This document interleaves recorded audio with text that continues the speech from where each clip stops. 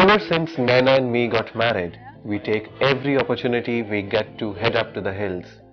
And this was one trip I have been planning for a while, to acquaint her with the pleasures and sights of Chamba and the valley of the Ravi.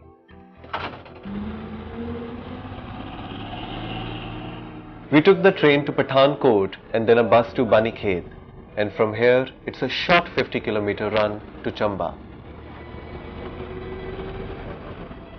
Nothing seems to have changed since I last visited the area a few years ago. The Gujars are still doing their annual migration to the higher pasture lands above Chamba.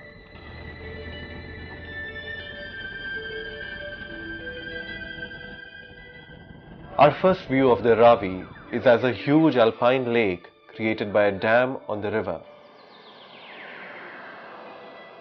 The Ravi arises in the glaciers and snowfields of the Bara Bengal and the Mani Mahesh range and flows in a westerly direction to the Punjab plains. The 10th century town of Chamba is situated on a plateau overlooking the river. You love Chamba. It's the Florence of the Himalayas. Cobbled alleys, ancient temples, and art treasures, and many of them in public spaces. Yeah, sounds fascinating. So what's the plan?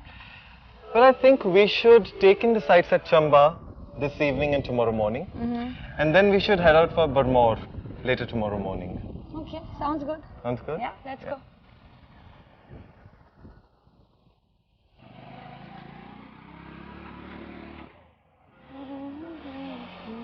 Wow. So we're going to be visiting the temple. In Chamba, you get a true sense of Himalayan history. Everything wasn't built by the British after all.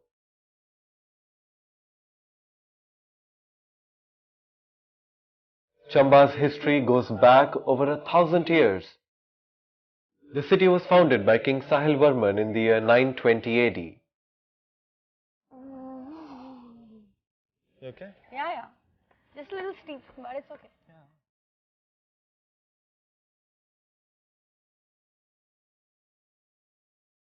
Once upon a time, Chamba was a powerful hill state with its dominions extending over the Pangi Pir Panjal into Lahore. Its kings built some of the most magnificent temples in the entire Himalayas. The Lakshmi Narayan group of temples devoted to Lord Vishnu was built between the 10th and the 12th century, testimony to the unparalleled artistic renaissance that evolved over 600 years in the kingdom of Chamba.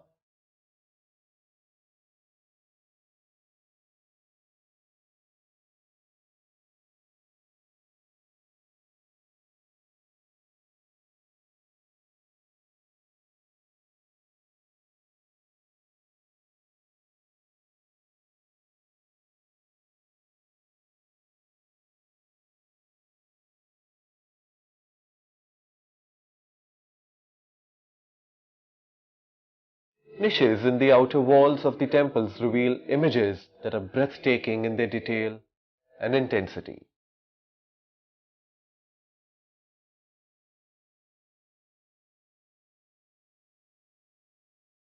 In another niche is Mahishasur-Mardani. What a marvelous compositional arrangement of the elements of the tale. The goddess, the demon king, she is just overpowered. What completes the picture is the contrast between the fresh flowers placed by the devotees and the 1,000-year-old stone.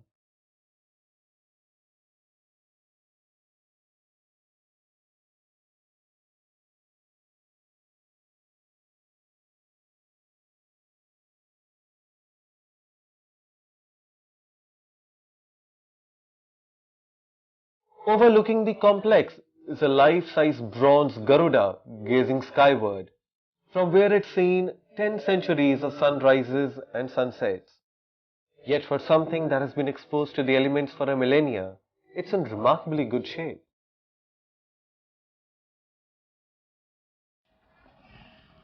Can you see this? Yeah. Oh. Check this out. I was telling you about art in public spaces. Yeah. This is known as Gugger's Thumb. Okay. And the legend has it that this entire area used to be haunted by evil spirits. So this nail kind of thing was driven into the ground to drive them away. And just imagine how deep would it be? Take a guess. I don't know, 5 feet? 20 feet. Oh my god. Yeah. It has two sides to it. This is the male face. This is the female face. And when you pass by, you actually, touch it and bow.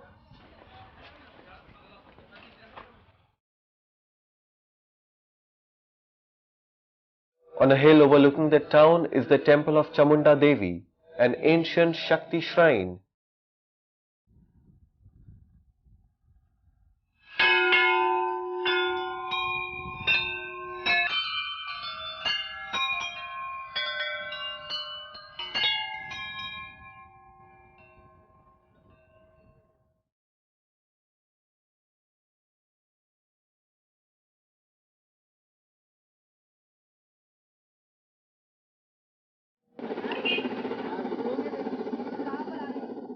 A childhood fantasy of mine was the tikkis made in desi ghee, and after some searching, I found the right guy.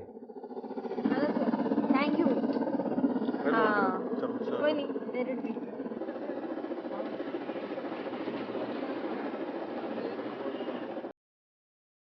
They were just as good as I remembered them being, and both Nana and me went in for seconds, and maybe more. I wish I had space for 10. Oh, really? You don't get this thing in the city. Yeah, that you don't get, but still, I had even your shift. No, I had 2 full, half, and that makes it 3. Yeah, and the rest went into me. So that's 1. And That's half. one. Really? That's really. That's Your math is that's weak. Your math is weak. Chamba is a very civilized place. Come evening, and what looks like the whole population is out sauntering on the Chowgan and sampling the roadside goodies. The Chowgan is the social center of the town. Chamba is the equivalent of a beachside promenade.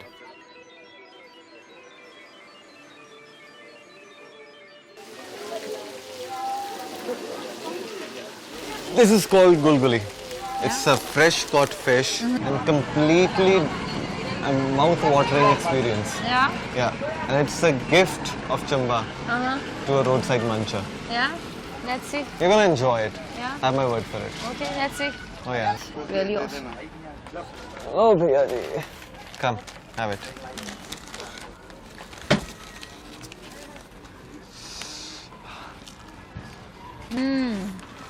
I had my doubts at first because I thought it was cooked in mobile oil, but it's actually awesome.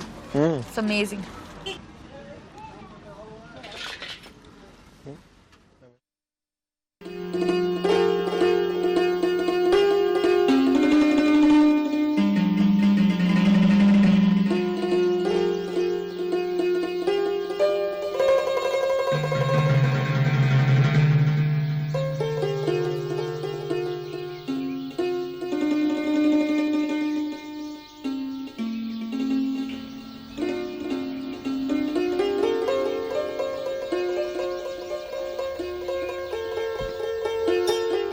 I really wanted Naina to see the temple of Hari Rai with its exquisite 10th century life-size golden Vishnu.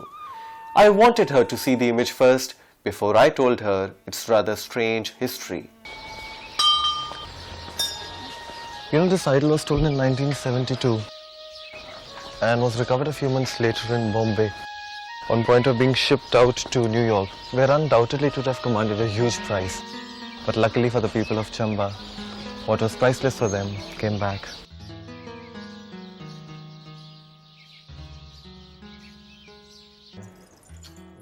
As soon as Naina heard that Chamba was known for its silver jewelry, we had to go have a look. I was nervous. Jewelry shopping always does that to me, especially when there's a budget to be adhered to. Can we buy this? It's so nice. Naina, you cannot. Why? Our budget won't support it, yeah? It'll be too... This is so pretty. You don't get this stuff in town. Look at this. I know we and don't, this. but then you can take something, which is equally ethnic. वो pendant दिखाइए, वो जो pendant है, बड़ा वाला. Look at this. You're kidding me, Big right? and You're kidding me. beautiful. Tell me, where would you find this except this place? Yeah, it's very pretty. Indeed, it's बहुत very सुंदर pretty है, and तो बहुत बढ़िया. very delicate. But at ये the क्या same इसका time, price है? इसका भी 4000 तक है प्राइस. 4000 तक है. $4,000 is a lot. कुछ सस्ते में दिखाइए, earrings दिखाइए छोटे-छोटे, कुछ सस्ते में. Yeah, we have to cover the entire trip also. Chamba वाली. These are nice. See? Yeah, very pretty. कैसा दाम है इनका? 100 रुपए जोड़ी का. 100 रुपए जोड़ी. Can we take this? पहन के देख ले. Why don't you wear it and try?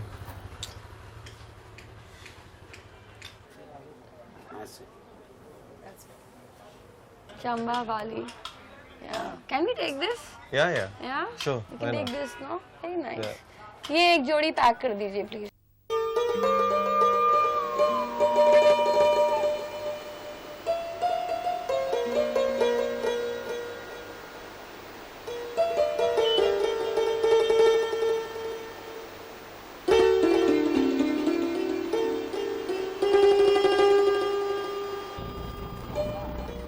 From Chamba, the road enters the gorge of the Ravi, following the turbulent river up most of the 75 kilometers to our destination, Brahmor.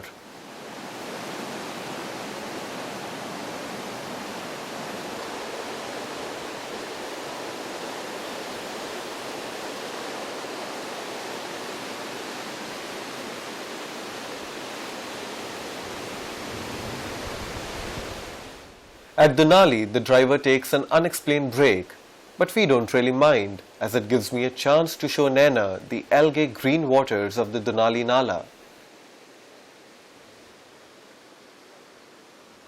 The Denali originates at Lamdal, a small glacial lake near the crest of the Doladhar. Someday we are going to do that trek.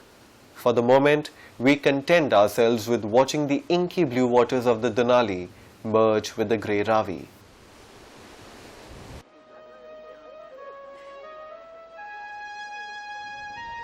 The Ravi itself is born here at Khadamukh with the meeting of the two streams, the Kalihen and the Buddhal. The Buddhal is so named because it resembles the beard of an old man, white and wavy, and it would easily qualify in the top 10 for turbulence. At Khadamukh, we leave the Ravi as the route for Brahmor lies up the Buddhal Gorge. In earlier times, when Brahmor was the capital of the Chamba kings, the Buddhal Gorge with its actual overhang provided an impassable first line of defense. Access to Brahmor was always over the mountain. The gorge route became possible only with modern engineering and the motor road.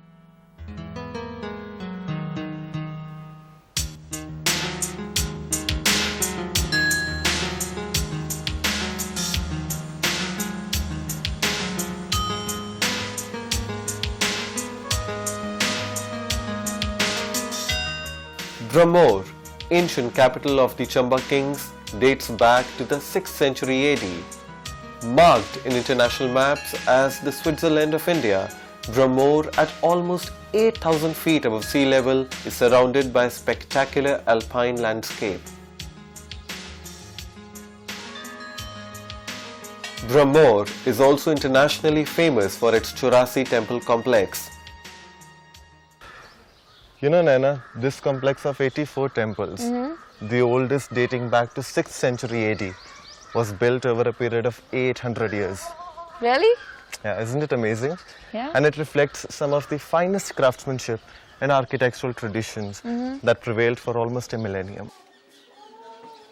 Facing the temple of Lord Shiva as Mani Mahesh is an incredible bronze Nandi, still gleaming after all these centuries, as on the day it was cast. The golden age of the Chamba kingdom was inaugurated by the great ruler Meruvarman, who ushered in an artistic renaissance that has no equal in the entire Himalayas. The bronzes from this period, still enshrined in the temples here, are unique. A different experience seeing a work of art like this in a living center of worship rather than showcased in some sterile museum.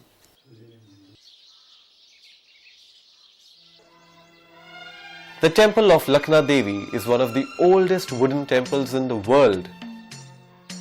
Built in the 7th century AD, it is one of the 3 Shakti temples built by Raja Meruvarman's master craftsman Gugga, a Michelangelo of the Himalayas.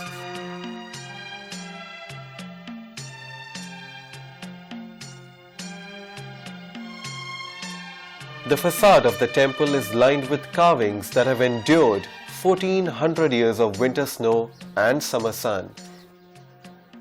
Inevitably, there has been damage, but many sections are in excellent shape.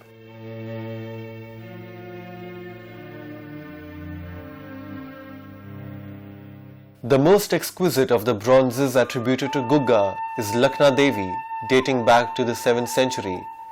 Historians, through this image, trace a continuity between the earlier Gupta period and the later Karkota Kashmiri school.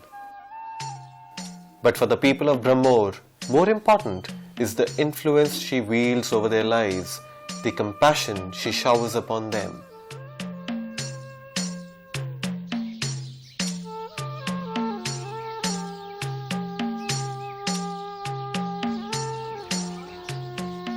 Can you imagine, Naina? Most of these temples were built when this tree was just taking root. It's 1,000 years old. 1,000 years? Indeed, my dear. And its girth is 36 feet. Oh my God.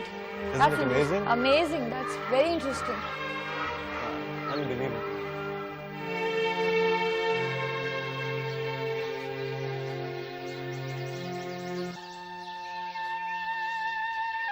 A day spent at the Churasi is meditative, stripping us of the layers of stress and aggression, the armor that we acquire living in the cities.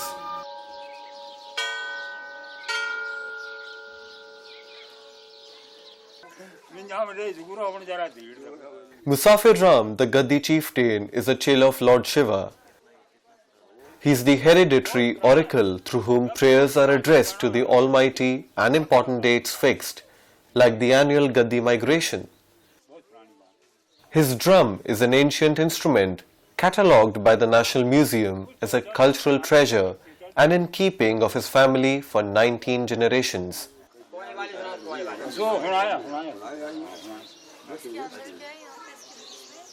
बीच में ये जो लोग चढ़ावा करते हैं ना, हमें खुशी दिया, हमें पुत्र दिया, वो चांदी के सोने के चांदी के जरूर को आपा जाते हैं। हाँ हाँ, जिसकी मनोकामना पूरी होती है ना, तो इसको चढ़ावा कर देते हैं। सुन सकते हैं थोड़ा? हैं? सुन सकते हैं? क्यों नहीं सुन सकते?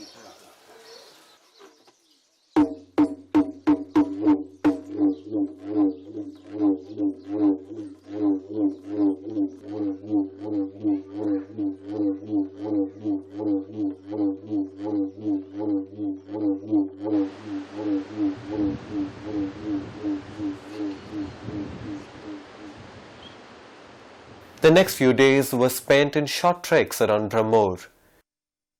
Brahmor is Shiv Bhumi, and the dominant symbol is the lone massif of Mani Mahesh just 15 kilometers away. Here at 13,500 feet, the pilgrims bathe in the Dal.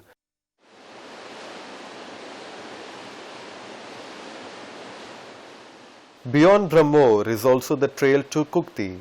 Beyond the Kukti pass lies the land of Lahore. The isolation of the village of the same name is set to end soon with a motor road being built.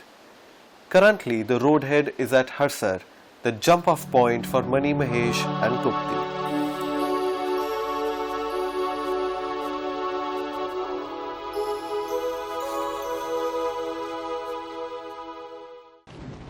How do we go from this place? It is. Don't step on them. Don't step on them. All.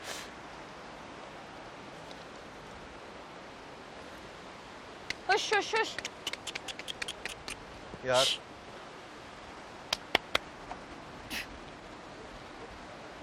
How do we get out?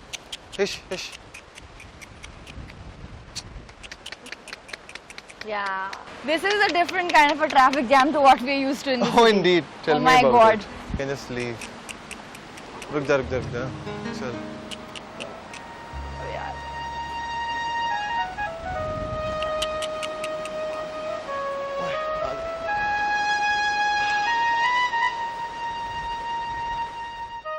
Brahmor is the homeland and heartland of the Gaddis, the original wanderers of the high Himalaya. Every summer, the Gaddis of Brahmor take their flocks and, accompanied by their ferocious dogs, fan out over the ranges and high passes as far as Lahore, Barabangal and Kullu. Indefatigable travelers, the Gaddis and their flocks can be sighted all over the western Himalaya at altitudes ranging between 12 and 16,000 feet. Their areas are clearly demarcated by a British settlement of the 19th century, and it is the Gaddis and their trails which constitute the high roads of the Himalayas.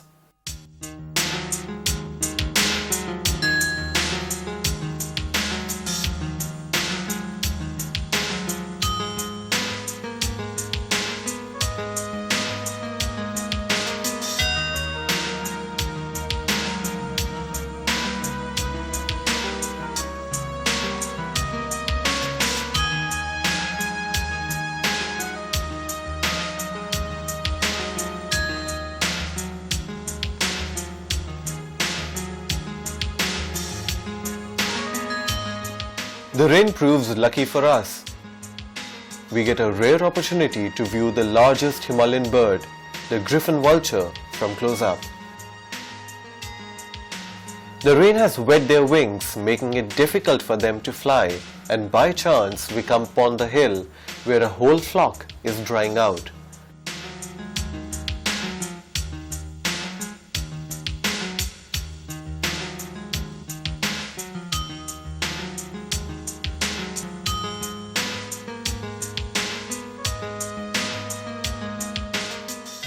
The dousing they have got doesn't seem to have helped their tempers any, but it's good to see that the vulture is holding out in the Himalayas at least. Though their numbers are declining, it is nowhere as extreme or perilous as the situation of the plains vultures.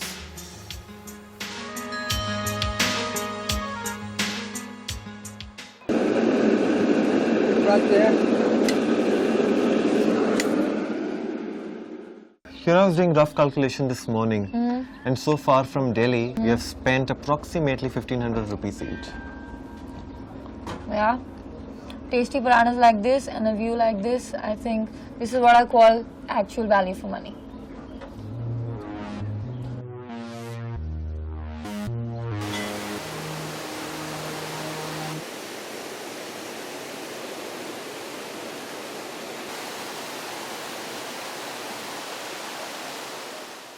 They say all good things must come to an end, and so it was for our sojourn in Brahmor. Neither of us was particularly looking forward to going back to Delhi and work, but nothing could really dampen our spirits that brilliant morning as we headed back to Chamba, even having to leave the Valley of the Gods.